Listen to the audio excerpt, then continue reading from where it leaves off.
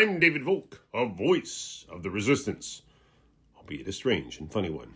Today's post, those aren't tears, they're grapes. One last funny memory as we say goodbye.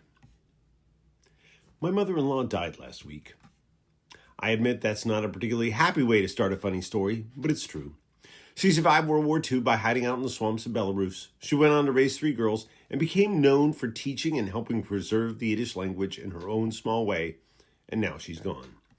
As I look back on a week of sitting shiva, a Jewish custom where mourners stay home, receive visitors who offer comfort and support, and remember the dearly departed, I remembered one last story involving my mother-in-law that I haven't told anyone in years, but had to share because it still makes me laugh, even if the story really isn't about her. So, here goes. Not too long ago, my mother-in-law came back from walking my children with an unexpected bulletin. It seems my daughter reported that my son had eaten a grape off the sidewalk while their grandmother wasn't looking. Since she had successfully raised 3 children, this news did not especially bother my mother-in-law, but it started my spidey senses a-tingling.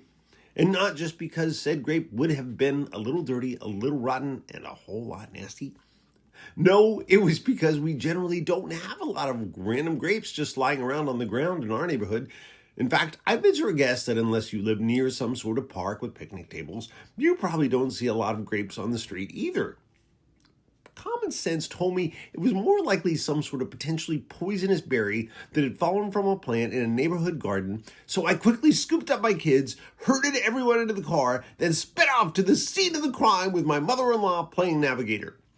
Hyped on adrenaline, I pulled my daughter out of the car and asked her to show me another grape so I'd be able to take a picture to email to poison control or have an example to take to the hospital with me when my son began frothing at the mouth and barking at a moon that only he could see.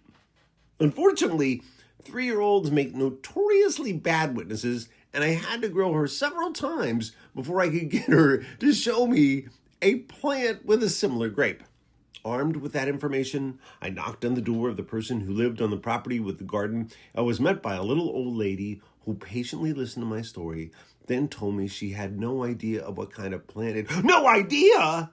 No idea? How can you have a plant on your property and not know what it is? Don't you know people's lives are at stake, man? Oh my God, we're all going to die. I felt like yelling at her while grabbing her by the lapels and shaking her.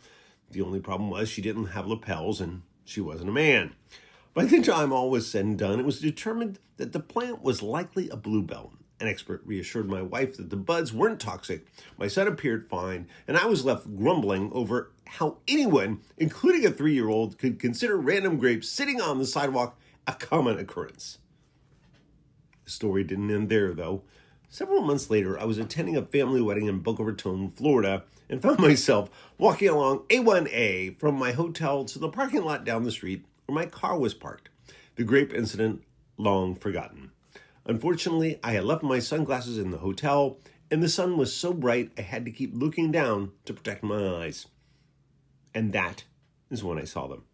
Random grapes along the roadside. One here, another 5 feet away, a third bunch a few feet beyond that. There were several more just scattered along the roadside in the block walk from hotel to car. Maybe my daughter and my mother-in-law know way more than they were letting on.